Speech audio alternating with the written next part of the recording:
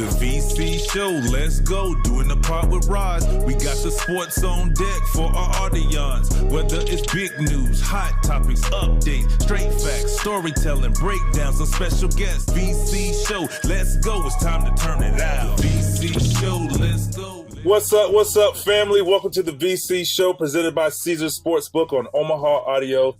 You know who it is. Vince Carter here alongside, you know, the queen, Ros Gold-Onwude. Ros, we're back at it. What's going on? And what's going on? What's up? What's going on with you, Vince? First of all, we got to start the show off by wishing you a happy birthday. You just brought in your birthday. So how was it? How was your birthday? 40-something. It was 40. It's been chill and low key. Yeah. Yeah, 46. It's been chill and low key. I'm still not there yet, Ros. I have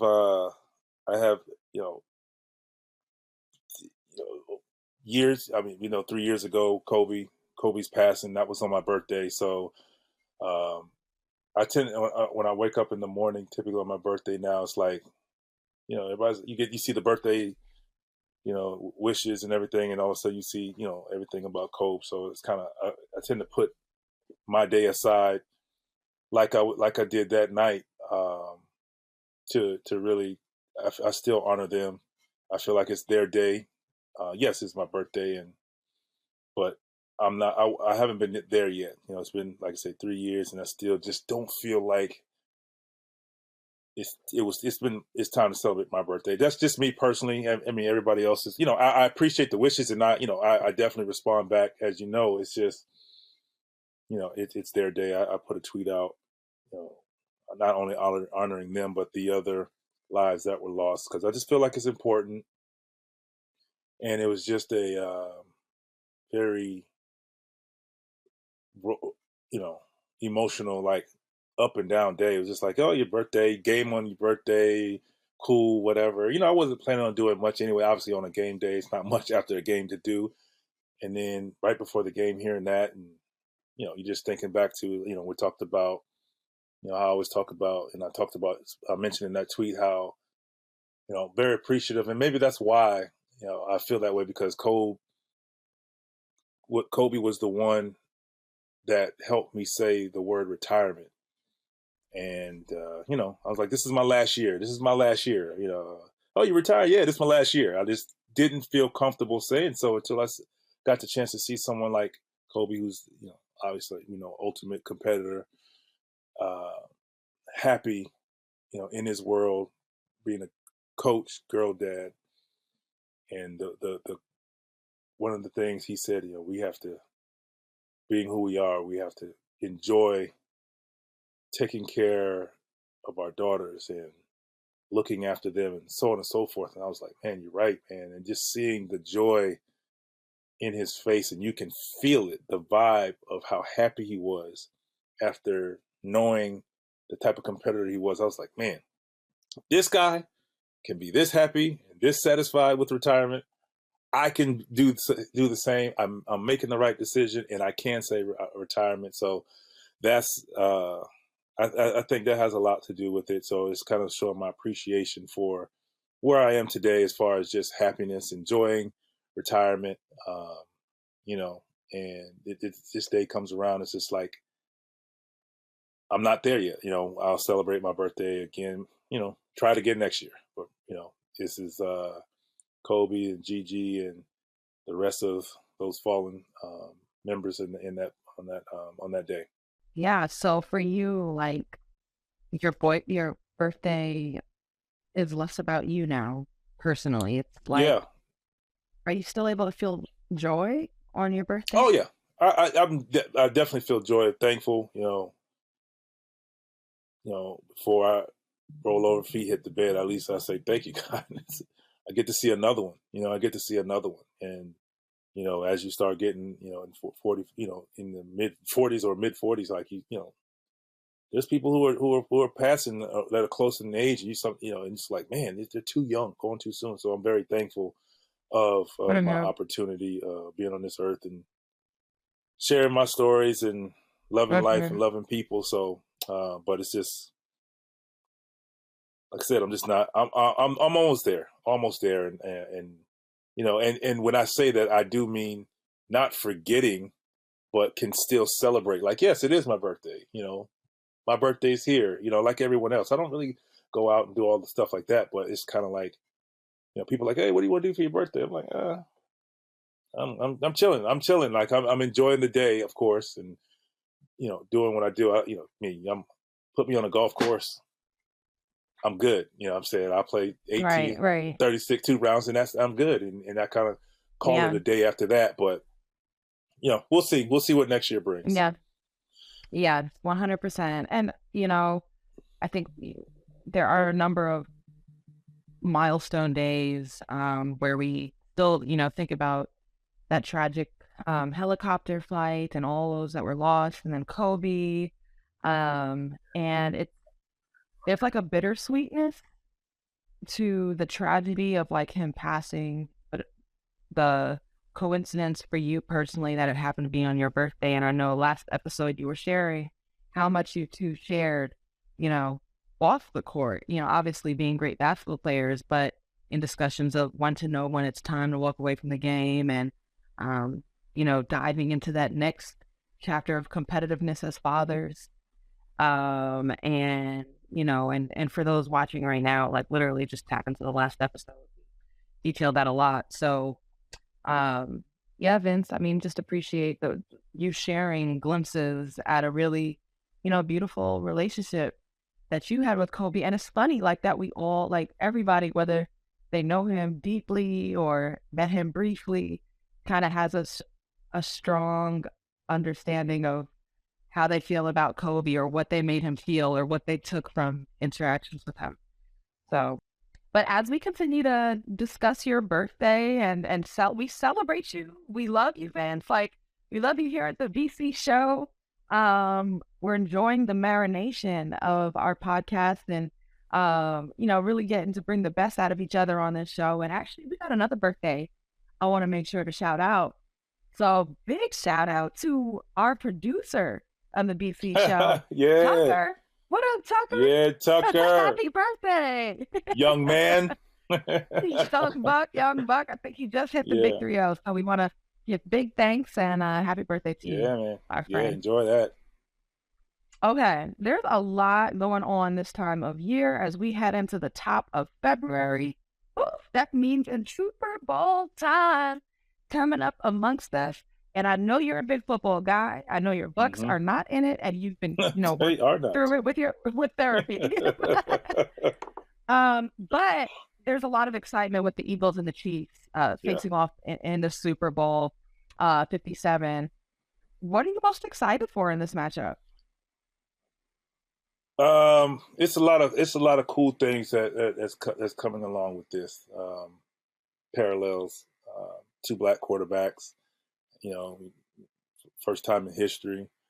I think I'll say this, since retirement, it's like I root for the underdog and the guys who have cool stories. And one thing about Jalen Hurts, I'm rooting for this guy. I'm not really the Eagles, but more so for him because of what those experts say that he couldn't do, and he wasn't good enough, and so on and so forth. And look at him now, and he's on the biggest stage with an unbelievable opportunity. Now they're facing a well-oiled machine in the Kansas City Chiefs and Patrick Mahomes and Kelsey and the laundry list of great players they have. But it's just a pretty cool thing to see. And it was just also, just to see Mahomes really answer the bell too. It's like how great he is, and we always give him his praises. People give him his praises, and yet they were doubting him. And it was just crazy to see, that through injury, this guy still went out there and got it done. I mean, you could tell he was hobbled and whatnot, but man, he did his thing. It was an ugly game at first. It was like for 2 or 3 quarters, it was like, all right, cool. Yeah. All right. And then fourth quarter was just a lot of fireworks, and so fun. It's going to make for an awesome Super Bowl. I'm looking forward to it. Like, it's kind of like you can go either way with this. I mean, obviously, if you're an Eagles fan and or a Chiefs fan, but it's like, who are you picking? It's like, I don't know. People obviously love Patrick Mahomes, but a lot of people love what the Eagles and Jalen Hurts has done as well. Yeah, and you mentioned 2 Black quarterbacks meeting in the Super Bowl. Well, Jalen Hurts' agent is Nicole Lynn, which would make her the first Black woman to represent a Super Bowl playing quarterback. So very exciting, a lot of history going on. It's kind of crazy. I'm sure, hopefully, I'm hopeful that, we at some point won't have to tell these first stories because it'll become more normal and regular as we see more diversity at the top levels of the game on and off the field. But, I also like the 2 weeks. It gives it time for like teams to heal up. Patrick Mahomes seemed gimpy at the end, battled through that, still caught the W. There's also the Kelsey Bowl. I was just about to say, that's crazy. So the brothers are going, at it. So I was like, oh, that's kind of cool. And I thought it was cool. Travis said today, well, my mom can't lose. I was like, that's so cute. She's like, yeah, my son won. Where are the Campbell's soup commercials for moments exactly like this? Yeah, they deserve one. If they don't have one in the works, I hope they hear us and they get the one. They deserve it. Right. Give them the bag. Well, there's so many bags going around during Super Bowl. All right. I mean, we talked about some of the bright spots. Obviously, one of the big storylines, which, was just the way sports goes sometimes. Yeah. So Joseph Ossai, had a costly penalty. And I don't believe that is a reason, you don't win, but it's absolutely these inches add up, and it was a painful, very key moment at the end of the game. And so after the game, you can see Joseph sitting on the bench, 22 years old, just sobbing in his uniform. And, literally in post game in the locker room, one of his teammates, DJ Hill, stood up for him like a bodyguard while the media was around him and just took questions and nah, we're not answering that. All right, ask that a different way, and just fielded the different questions or whatnot. And I think there's a lot of ways to look at what happened, but I'll start with this. How tough is it to lose on a stage like that, and especially with so much pressure, and keep the mindset of someone who's 22?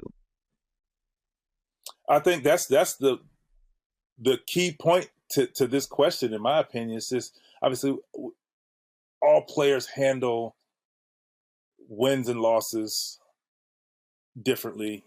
Situations like this, as a 32-year-old, as an older player, maybe he understands the moment and still feels like it's his fault. I mean, it's just a moment every player, every athlete wants to be on, is the big stage, and you want to, especially when you feel like you're one play away. Well, you're one game away, one half away, then you're one play away to accomplishing that goal, like being in the NBA Finals, being in the Super Bowl, or getting to the national championship game twice and you lose it. I'm holding on to many, many years ago. Sorry. When still working through with your therapist. still hurts. Or Mike Bibby and Andre Miller. Oh, those guys. They took away an opportunity. You're still bad at Mike Bibby. Yeah. You gotta let that go, man. That's not all. I'm mad at Kendrick Perkins and Paul Pierce and Kevin Garnett too, who knocking my Magic out. We were close. And then I'm mad at Allen Iverson for getting it done against us in Game 7. So I have a few people that I'm still a little tight with. No, but and there's a situation. So for instance, I missed the game-winning shot. I make that shot against the 76ers. We go on to the Eastern Conference Finals against the Milwaukee Bucks. Philadelphia ends up going to the finals to play against the Lakers. And I faced the music head on. I missed the shot. Like MJ said, you only as good as the shots you don't take. And I told Coach, give me the ball. I wanted to be in that moment. I wasn't afraid of it.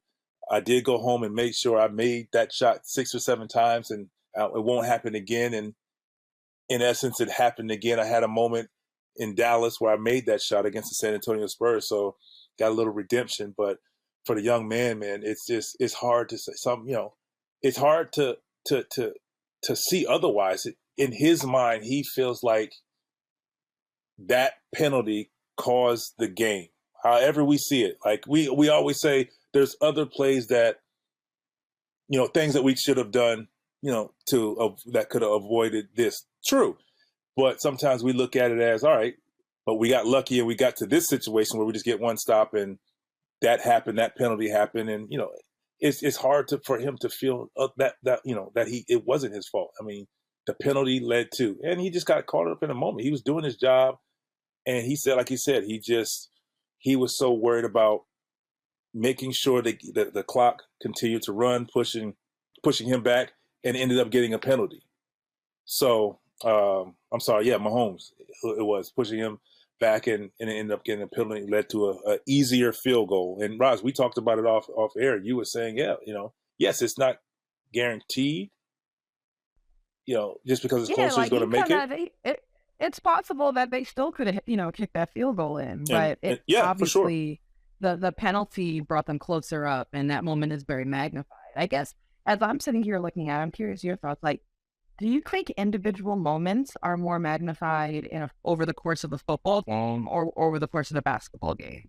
Because you mentioned missing a game-winning shot, but while I think you have the chance to win the game in a basketball game, I certainly wouldn't say Vince missing that shot lost the game. But I just think basketball's moving too fluidly. There's too many moments to easily isolate it. But I'm sure there's varying opinions on that. So, I feel like a football game is so much more about inches.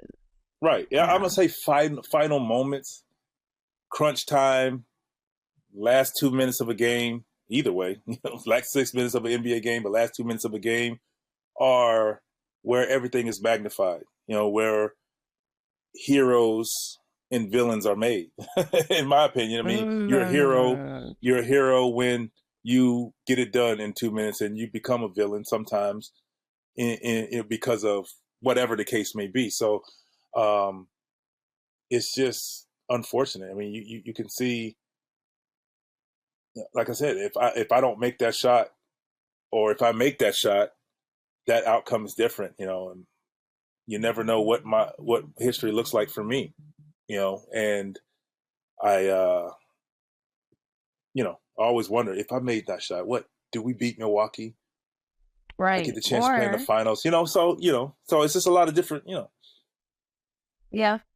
And, look, the other side of that could be perhaps, you feel more pain when it's something that was outside of your control. Like maybe you can own it if you miss the shot and lost, but it hurts more when you feel like perhaps the opportunity to win was taken away, like with the referee's calls. Bring me to my transition. I see what you did there. Come on, segue. So let's take it to now the NBA. Okay. Mm-hmm. And, LeBron obviously was very visibly emotionally upset with a missed call, a missed foul that ended up, sending the game to overtime, and then the Lakers not winning against the Celtics. And Jayson Tatum, LeBron's going to the lane hard. Jayson Tatum video, would show that there was contact to the arm. Now, some people would debate, that little baby contact, but at the same time, it was contact to the arm. And later, the NBA Referees Union issued a very emotional apology after missing Jayson Tatum fouling LeBron at the end of regulation between Celtics Lakers Saturday. And it was more emotional than usual. I'm actually going to read it out loud. The tweet from NBA referees, official NBA refs. I felt like this was my personal read on this tweet is that it's a lot, Like everyone else, referees make mistakes. Okay, that's so fair. We get it. We made one at the end of last night's game, and that is gut-wrenching for us. This play will weigh heavily and cause sleepless nights as we strive to be the best referees we can be. I like the overall ethos and energy of it, but I just feel like this is a lot coming from an official referee's account. We also have never in a regular season game seen this much emotion from the referee's account on making mistakes on other games. So why this? So it was just a whole lot, but I'd love your reaction. Well, why. You know why. Yeah. You know why. But come on, Roz, yes, I know why. Like they was like, oh man, LeBron was that bad. My bad, Let bro. me tweet an apology. Yeah, We I were mean, sleepless over that. yeah, I could see if it's a regular season game. I mean, I know the Lakers feel differently when I say this, and then you're like, come on, bro, like every game means something to it. This No play problem with will that. weigh heavily and cause That sleepless nights for the I entire say referee group. you cause a situation like that in the playoffs. I can understand that statement holding true, Right, because you just right. cost the team from Yeah. moving forward, advancing. But in a regular season, I mean, it's just But I mean, Yeah, but what clearly about they all LeBron's feel bad about it. reaction? What did you think of LeBron's reaction? It was very animated. It was animated. It was animated. I mean, it just. Some people say it's a bit much. Okay, cool. But it also tells me, typically, as a player, you shrug off a loss. You're mad. Whatever you say, what you got to say to the refs or out loud, or you show your emotions, and you walk off. This was a little different. So it tells me that he really wanted to win this game. This is a statement game for them. One of the best teams in the East, a rising superstar, who, in my opinion, and Jayson Tatum is leading in the MVP voting. I mean, he's not the leading scorer of the league, but I think I picked Jayson Tatum to win the MVP this year. I did, and so I'm sticking with that. I thought the Boston Celtics would go back. So this is a great test for them, and this for LeBron to show, yeah, you guys are what you are, but I'm still me, and he wanted to win this game. So that's what those emotions told me or showed me. Yeah. So, but I mean, I thought it was a little much. Okay, yeah, it was a little much. I also too felt like, all right, clearly the guy, in year 20, like is still holding on to a high level of passion for the game, which is beautiful. I also felt like it was a snowball of the circumstances of the season.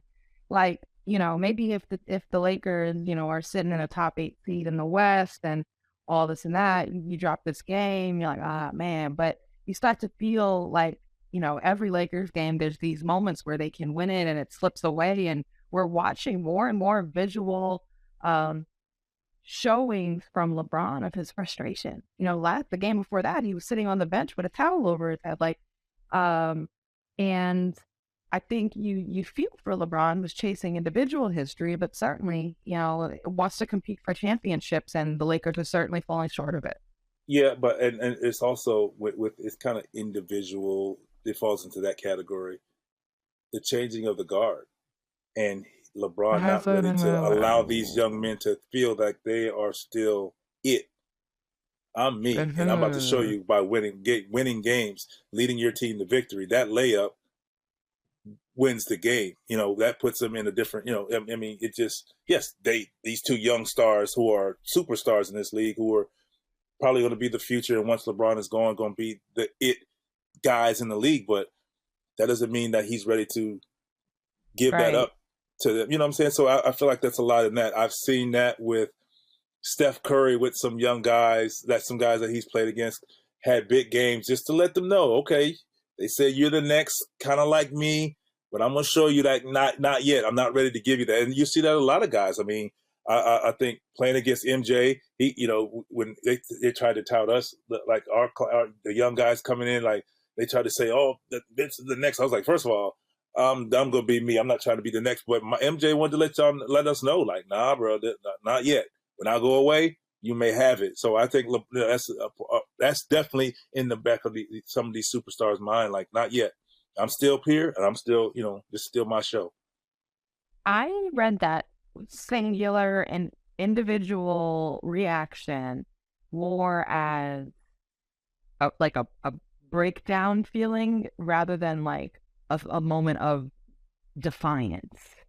I felt like, so I appreciate the read that you brought. I read it more as like everything piling on for LeBron. But I think that, first of all, we're not LeBron, so it's hard to say what and even for real that was going through his mind at the time. But it certainly there were a lot of different reactions. So like Patrick Beverly comes over to a ref with the camera. I said like a camera for a photographer to show the moment that LeBron was fouled. And, look, Patrick Beverly ends up getting attacked, but it made for some good comedy, huh?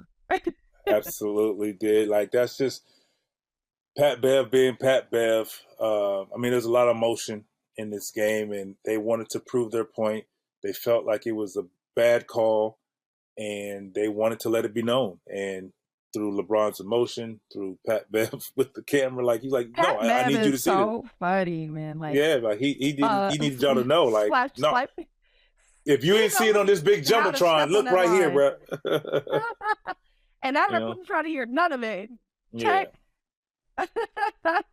And so another viral moment for Patrick Beverly, who also, as of late, I feel like more common than not, has been having some pretty boisterous moments with the media and reps post game. And I feel like I see the Lakers pounding their chest, wanting more from each other, wanting more from the season, wanting more from how we talk about them. And I think, you just got to focus on results on the court. I think that's the only thing you can really control. And I can already see, and Vince, you tell me what you think about this. This would not be my read, but in my experience of how stories are told over time, the grandstanding, the public body language that shows being flabbergasted, or that shows pouting, or that shows dismay, that you can't believe the team is in a situation. If it continues, you can see a storyline shift to, are certain players, is LeBron grandstanding the teammates? Is he throwing the team under the bus with these types of actions? What do you think? If it continues, I don't know. It's kind of like it's hard for me to say that would be the case because of how I felt about what I saw. I thought it was more him wanting to win and, showing that emotion and, all of these things that I feel. It's kind of a, let's wait and see, when it happens again, if it happens again, how it happens again, or why it happens, and I think we can kind of decipher what's happening to this team. I personally think this team is fragile. They're like on the cusp sometimes, like of where could this go? It's almost a crapshoot. Like they're still together. They're locked in. They have a great coach, who believes and is going to fight to the end. They have players who are going to do so as well. But I think until the trade deadline is over, they're fragile, personally, because it's like, all right, who could be next over there? What's going to be the reason? Who could be? We're going to still hear Russ until we can't trade Russ. I just think, and finally when that's over with, they can go with wherever they want. They're putting out the right energy, in my opinion, regardless of what we actually feel on the trade of with Rui Hachimura. Like, oh, he's a piece that can really help give us a push. I know we sit back and look like, bro, they're 13th place right now. They ain't pushing what? Yeah. But at the same time, what else would you say? Because if the Lakers organization said otherwise, then what? There's another topic. So I just feel like it's just, we always say a LeBron-led team should never be in this situation. They were put in this situation by whoever we feel is the culprit. We know who we blame. We blame the GM. So how do they dig themselves out of it? Winning games. Well, that's why it's like they need to win games and so on and so forth. It's just a lot. It's just a lot going on to kind of figure out what is the piece that propels them forward to have a chance. I mean, some people just say it's over. Like, can you imagine just the Lakers giving up right now and say, next year? It just, they can't do it. It's funny, especially when you play for the Lakers, such a legacy organization. That's what I'm saying. Yeah. This is already something that a franchise would have to deal with and kind of have to figure out, how do we work through our roster capabilities to compete? But then you add the magnifying glass of like, this is the Lakers. And you add the other magnifying glass of like LeBron James is on this team. And everything that he says. Because you remember, he's like, oh, I expect better than this. I'm here to win. I want to win. So we look at it like, okay, what is he saying? Who is he saying it to? So it's just like every day, like when something's said, it's like now it's never going to be about basketball all the time for them, regardless of the record, because once their leader says anything or anything is said by their team coach, general manager, it's like, okay, what does that mean? We're trying to break it down. And it's a tough way to play. It's a tough way to play. And the expectations from everybody else, they have to play great basketball, which Thomas Bryant is playing outstanding basketball. I thought Kendrick Nunn was playing okay for them. It's, once he got back from injury, he started to get back in the rhythm and he's gone. So it's just like, where do you go? I think we'll just see what happens, what they do, how things shake out after the trade deadline. And it's like, all right, this is what they have. This is what they're going to do. They go for it. Right. And I feel like it's such an interesting time around the NBA where you're listening to the quotes coming from, executive staffs of teams, top players on the trading block. And you don't know who to believe, man. Like, right. It's hard to believe players. I'll say that. I'll say it's hard to believe players because at the end of the day, we only know but so much. And then an executive could change their mind and make a trade at the drop of a dime. Like, oh, wait, you said I was good. Players are finding out just as we are on Twitter. Like, that's how quickly it's moving. Like, newsbreakers are tapping in with agents. They're trying to get the scoop. Like, Florida, it's an interesting time. Everybody want to be the first to drop the bomb. They're trying to outdo Woj. Like, you can't outdo Woj. What are we doing here? Like, just think about that, Ross. When people drop stuff, you're like, wait, is this real? What the first thing you do if you hear something that's not from Woj? Go look at Woj, see what Woj said. Like, chill. If he's reporting on it, no, news dropping is, from a broadcasting perspective, is a very tough game to be a part of. And to be a leader at, but that's a lot of hard work and sometimes thankless work.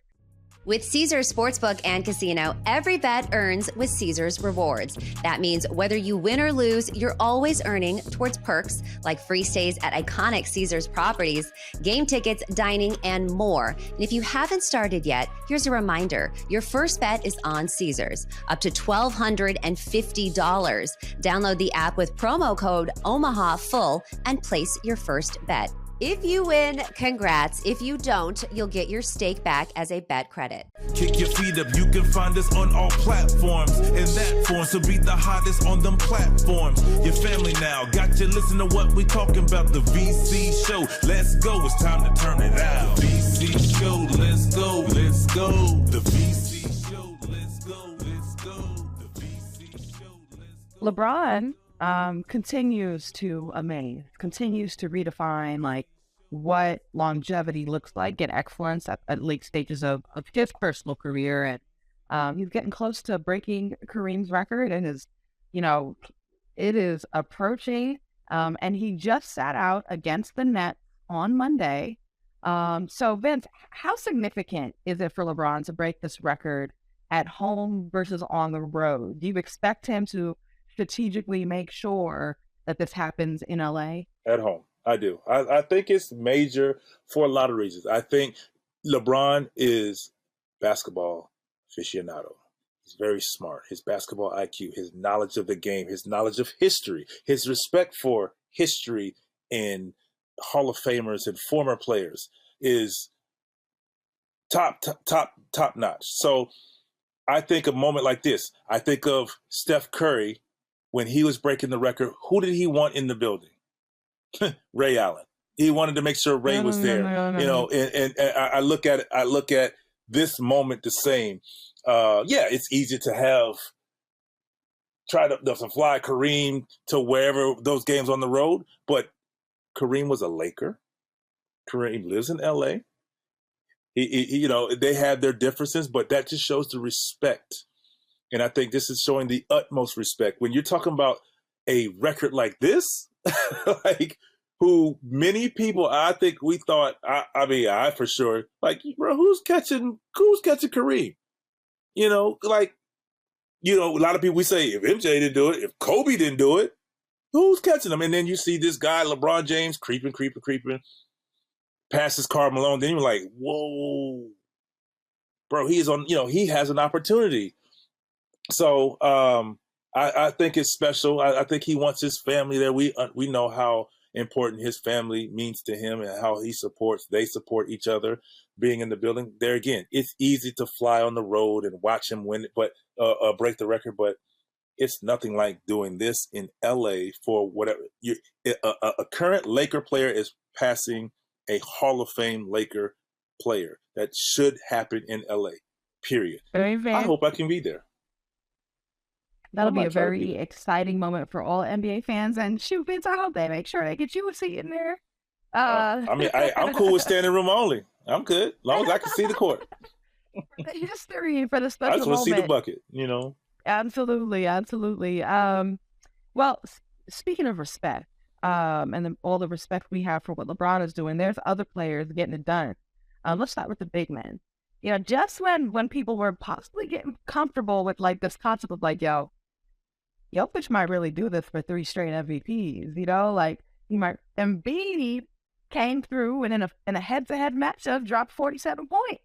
And also, mind you, in a post-game interview, Embiid said, spoke about the respect he has for Jokic as well. And it's been Embiid the last, 2 times has fallen short on the MVP to Jokic, which, really speaks about the level of the big man in the NBA.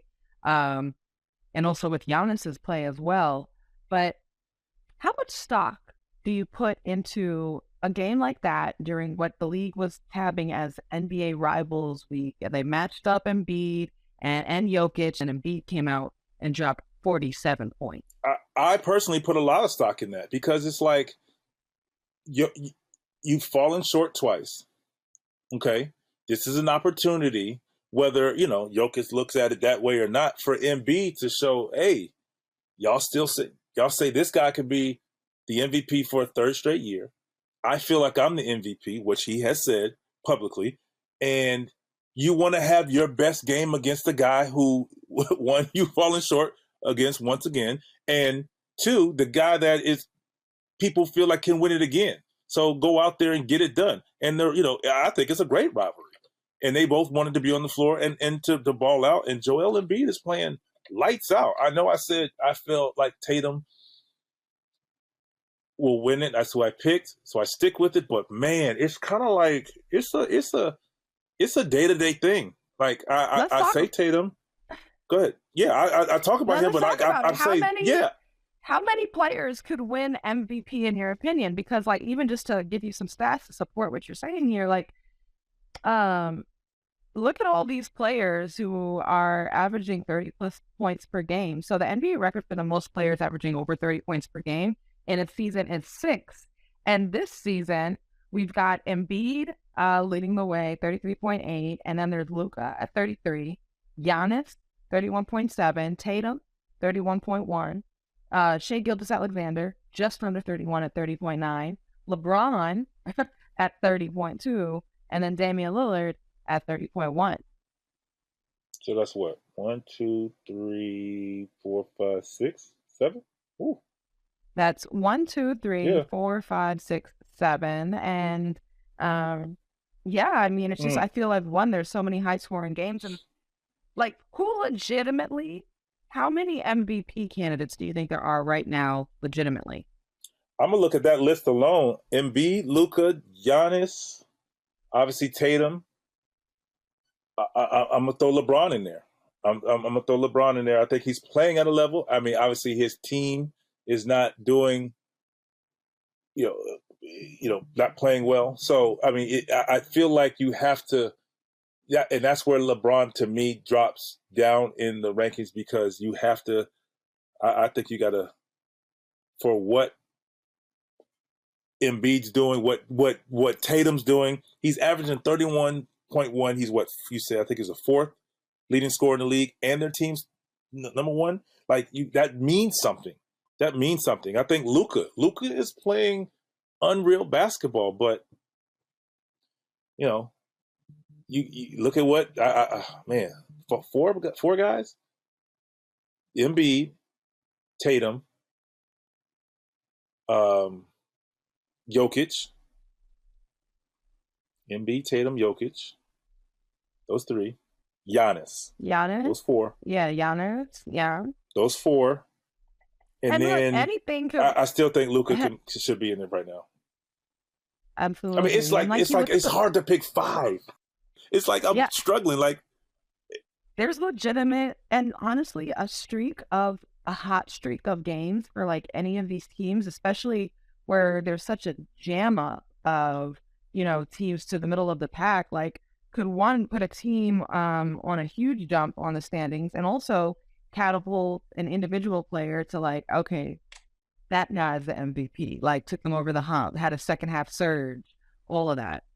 And then we also didn't even mention KD at one point before he got hurt. Yeah, the injury. This guy was balling, so, and that, I mean, I feel like you're saying, he can have a stretch at the end of the season, when he gets back, that can put him right back in it. So I don't know. That's him. Who's I mean, I don't know if we throw Ja Morant there yet. Ja Morant, wild. I thought he was in here. Okay, so Ja Morant is an MVP candidate. Yeah, I mean, I think you could, I think he's down. I mean, I don't think he's the top 5, but he's right there in the top 10. He's top 10 for sure. Who could still, they're number 2. Our producer just threw in there that Kevin Durant, Stephen Curry, averaging 29 points per game. So that's what I'm saying, like, right there. It's unreal, man. I think that signals a really exciting time for the NBA. As we see, some of like the generational talents that we've watched for so many years getting a little bit older now. We're also showcasing like, hey, there's a lot of exciting talent already here and coming as well. Think about this. So you said it's 7 guys currently. I want to see, and I hope we can pin this. I want to see how many guys at the end of the year end up averaging 30 points. And here's why I say that, because I feel like in the standings, everybody's going to make that playoff push. Superstars are going to step their games up to really do for their teams to get themselves in a better position or get themselves in the play-in tournament or to get in the top 6, to where that number, like you look Donovan Mitchell at 27-9, when Cleveland's going to try to get, they're right there on pushing for a top 4 seed. So they're going to need him to step his play up. I feel like it could end up 8-9 guys. Like at the end of the day, like Morant's at 27-3, Kyrie's at 27-3, Trae Young 27-3, Jaylen Brown 27. Like these guys are right there. So I'm just interested to see where we end up. One of the craziest conversation pieces might be, we're literally sitting here talking about Embiid, right there, just dropped 47 on Jokic now. MVP candidate. He's not an all-star starter. No. So it's just there's a lot going on. There's a ton of talent, and I think it's a great time to be a basketball fan. Yes, I was about to say, it's so many good teams, players. In those situations, somebody's going to get screwed over. It's because it's that many guys to where you can say, yeah, Embiid. So who do you put in if no Embiid right now? Who do you take out? From where? As a starter. Yeah. He's not starting. No, that's what I'm saying. Who would you take out to put him in?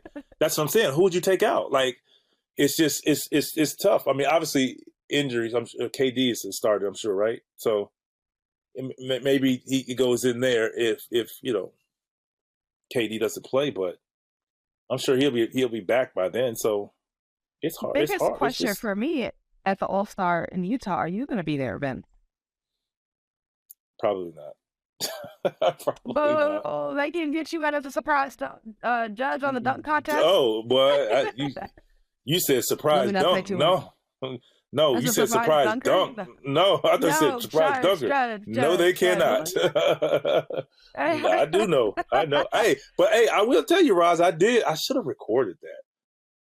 I did on my birthday. I will say this. I went to a gym and, filmed myself to see if I could still dunk, do a little windmill. It's not a full windmill anymore, but, I was able to pull it off, did a little backwards dunk. Started off with a little 2-hand dunk and then tried to do a little quick windmill. And I was like, all right, that's enough. Back was hurting. Week? Yeah, on the day of my birthday. I did it in private. I should have recorded. I was just like, I like the spirit movement. I was like, I know Dr. J and I know Dominique dunks at least one time on their birthday. And I want to say Marquise Johnson. There's another one. There's a couple of guys that dunk every year on their birthday. And it's trying to see how long they can kind of do this. And I was like, you know what? Let's see. You know, people are expecting spectacular. You're not getting spectacular, but you know, I can still jump up there and turn around and do a little something. That is so impressive. Hey, next time it hurts so good though. The spirit moving you, and if you feel comfortable, give us a glimpse of it on the BC show. Something exclusive for the fans out over here at BC show. Done. That's fair. Bet. Yeah. I'm gonna start stretching now. No, that's fair. Well, this is fun, Vince. Thank you so much for hanging out. Yeah, always. You know how we do. A lot of good stuff going on around the league. I'm just interested to see. A lot of things I'm interested. I can't wait to see what the trade deadline look like. Who goes where? Who stays put? Who's surprised? Who's not? Who's shocked? It's gonna be interesting. I think we're gonna come back on here talking about, bro, I didn't see that happening. Or yes, they finally got it done. So there's a couple of teams. I don't know who you have on your radar, real quick, but straight, who you're interested in seeing, who makes moves. I'll say Lakers Raptors. And Dallas. Okay. Are they laying low, or are they gonna make a move? Yeah. Are they gonna blow up? I feel like that's a huge story. Obviously everybody's wondering we've been wondering what the Lakers are gonna do from the top of the season. I think Dallas is another one for me. Yeah, what gets them over the hump to be a true contender from just, another flame out somewhere in the playoffs? Can they get more help for Luka?